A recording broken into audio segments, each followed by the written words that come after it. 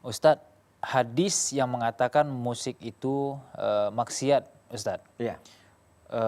Maksudnya kalau ada hadis yang mengatakan musik itu maksiat, bagaimana dengan lagu kebangsaan? Kenapa tidak ada ulama satupun yang mengharamkan, Ustadz? Ya, jadi begini ya. Memang kalau terkait dengan alat musik itu sudah jelas ya dalil dan nasnya baik dari Al-Qur'an ya. Begitu juga dari hadis-hadis Nabi Shallallahu Alaihi Wasallam ya. Tentu biasanya kan memang kalau nyanyian itu diiringi dengan alat musik. Iya. Kan begitu. Artinya memang selalu ya apa namanya kebiasaannya kalau nyanyi nggak ada musiknya kayaknya nggak enak, gitu kan, begitu kata masyarakat. Nah, yang dipertanyakan oleh saudara Sikunda yang dari Jambi, jauh-jauh dari Jambi ini terkait dengan lagu kebangsaan. Ya, memang setiap negara di dunia ini saya kira ada ya lagu kebangsaan itu. Nah, kita akan jelaskan mengenai hukumnya bagaimana. Para ulama mengatakan kalau nyanyian ya atau kita katakan ini kan semacam apa ya, nasyid atau baik kita katakanlah nyanyian begitu kan. Kalau nyanyiannya tidak diiringi dengan musik itu dijelaskan oleh para ulama. Kalau pakai musik sudah jelas haram, tidak boleh.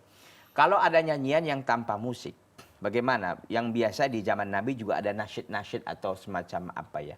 Syair-syair yang memang untuk membangkitkan semangat begitu kan.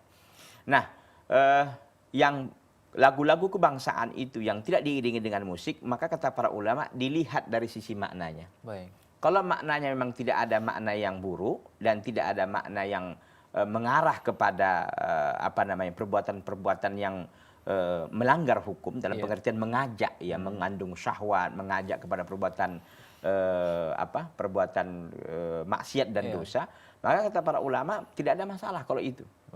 Pertanyaannya kemudian, apakah memang setiap lagu kebangsaan itu kalau kita periksa satu-satu isinya, apakah maknanya bagus apa tidak? Kalau untuk negara Republik Indonesia ini maknanya saya kira tidak ada yang ini, tidak ada yang apa namanya, tidak ada dalam pengertian yang buruk kan. Memang dia lagu semacam perjuangan kan begitu, sejarah begitu. Tapi kalau memang nanti ada maknanya yang istilahnya mengajak kepada dosa, perbuatan dosa dan ada keburukan di situ, itu yang tidak boleh.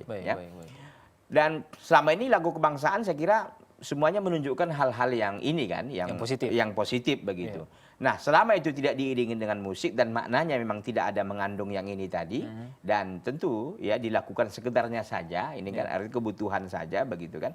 Maka ini tidak mengapa penjelasan para ulama rahimahumullah. Karena berbeda dia hukum nyanyi dengan hukum musik, Ustaz. Iya, memang jelas. Kalau memang dia musik dan alat musik udah jelas itu tadi kan. Tapi kalau nasyidnya itu sendiri, ini dia yang dilihat. Harus dilihat apakah maknanya itu mengandung kepada perbuatan untuk mengajak dosa dan maksiat atau mengandung keburukan, ini yang tidak dibenarkan. Demikian.